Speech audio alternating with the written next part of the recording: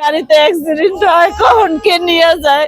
আমার এটা মেয়ে বাচ্চা, আমার এই বাচ্চার জীবনের কোনো গ্যারান্টি নাই। আমার স্বামীও এভাবে ফালা দিয়ে গেছে, আমার বাবাও নাই, পরিবারের কেউ নাই। আপনার স্বামী যদি আপনার কাছে ফেরত আসে তাহলে আপনি কি করবেন? আমি ফেরত আসলে আর নিব না, কারণ ও আমার এরকম বিপদের ভিতরে ফালা দিয়ে গেছে। পরবর্তীতে আবার আমাকে নিয়ে ছিনিমিনি খেলা, তারপর আবার এরকম থুয়ে যাবে, বারবার ধ্বংস করবে। এখন আমাকে বিয়ে করে আমাকে রাস্তায় আয়না ফালা দিয়ে গেছে। আমার এই বাচ্চাটা নিয়ে আমি কত কষ্ট করে থাকি, একটা টাকা খাওয়ান খরচার দেয় না। আইনি যে কোনো ব্যবস্থা নিব সেরকম সামর্থ্য নাই আমার, আমি এই জন্য এভাবেই থাকি। এই যে খোলা আকাশের নিচে আপনি বাচ্চাকে নিয়ে আছেন, আপনার কি সমস্যা হয় না? হ্যাঁ, সমস্যা তো হয়, যেরকম অনেক ভয় লাগে, কারণ আমার বাচ্চাটা তো মেয়ে বাচ্চা। যদি এভাবে রাস্তায় থাকি তাহলে দেখা যাইতেছে আমার মেয়েটারও অনেক শিশু এরকম অপহরণ হইতাছে। অনেক নিউজ দেখতেছি যেরকম রামিসা কে হত্যা করছে, সে ঘরে থেকেও নিরাপত্তায় থাকে না। আর আমি তো আমার মেয়েটাকে নিয়ে রাস্তায় থাকি, তো আমার মেয়েকে নিরাপত্তা দিবে? আমার বাচ্চাটার নিরাপত্তা দেওয়ার মতো কেউ নাই। আমার এই বাচ্চাটা নিয়ে আমি সব সময় আতঙ্কে থাকি যে কখন আমার বাচ্চাটা আমার বুক খালি করবে, কেউ আমার বাচ্চাটারে নিয়ে যাবে, কেউ আমার বাচ্চাটারে ছুঁয়ে নিয়ে যাবে। এই ভয়ে থাকি সব সময় যে আমি এই রাস্তার ভিতরে কিভাবে থাকবো। সব সময় আতঙ্কের ভিতরে থাকি। কত মানুষ কত কুপ্রস্তাব দেয়, কিন্তু নিজের সম্মান যদি নষ্ট করি তাহলে হয়তো বা একটা ঘরের ব্যবস্থা করতে পারবো।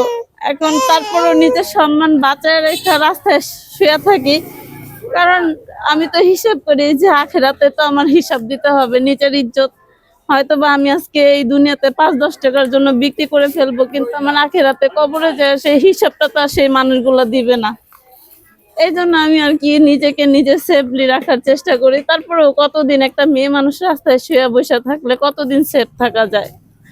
এটা তো পৃথিবীর মানুষ বুঝেই যে একটা মেয়ে মানুষ কতটুকু সেফে থাকে। তা আমি সবার কাছে একটাই আবেদন জানাবো, আমার এই একটা ঘরের ব্যবস্থা করে দিলে আমার জন্য অনেক ভালো হয়। কারণ সরকারি জায়গা, আমার ব্যক্তিগতভাবে কোনো জায়গার দরকার নেই, কোনো ঘরের দরকার নেই। আমাকে সরকারি জায়গাতে একটা ঘরের ব্যবস্থা করে দিলে আমার জন্য, আমার বাচ্চার জন্য অনেক সুবিধা হইতো। আমার বাচ্চাটা সারাদিন রাস্তার ভিতরে খেলা করে, কখন অ্যাক্সিডেন্ট হয়ে যায়, কখন গাড়ির তলে পড়ে, আমার মাথায় কাজ করে না। সারাক্ষণ মেয়েটার পিছনে পিছনে থাকতে হয়। কাজ যে করবো, কাজও করে খাইতে পারতেছি না।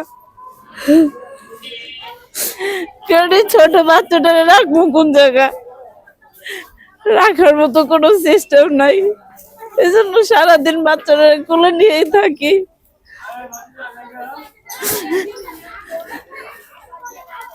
আপনি এর আগে কি কাজ করতেন?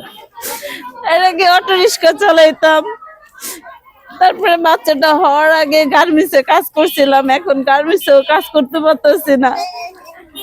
এক সাইড শুয়ে থাকতে থাকতে মানে সাইড পুরো এখন ধরে গেছে। এখন হাঁটা চলা করতে অনেক সমস্যা হয়, কাজ তো করবো দূরের কথা, হাঁটা চলা করতেও পারি না বেশিক্ষণ।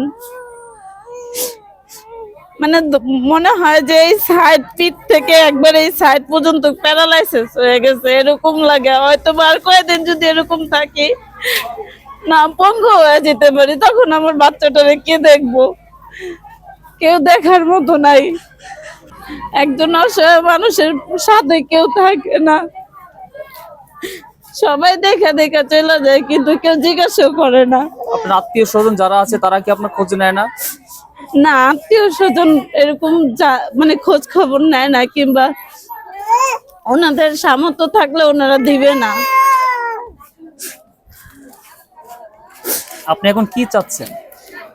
আমি চাইতেছি আমাকে যদি কেউর মাধ্যমে সবাই যদি আমাকে সহযোগিতা করে, হয়তো বা 2 লাখ টাকার মতো খরচা হবে, আমাকে যদি একটা ঘরের ব্যবস্থা করে দেয়।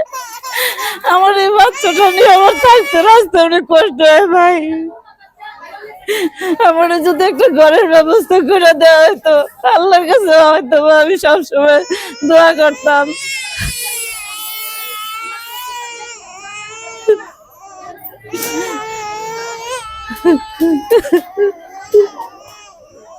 ঘরের জন্য কি আপনি জায়গা দেখছেন?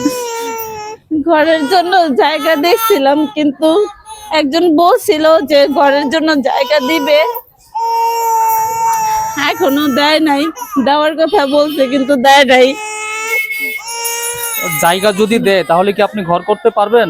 হ্যাঁ, যদি জায়গা দেয় তাহলে ঘর করতে পারবো, কিন্তু আমার তো ওরকম অ্যাবিলিটি নাই। আমি যে পলি দিয়েও যে ঘর করব ওরকম অ্যাবিলিটি নাই। যদি দেয় জায়গা তাহলে হয়তো বা মানুষের কাছ থেকে সাহায্য নিয়ে ভিক্ষা টিক্ষা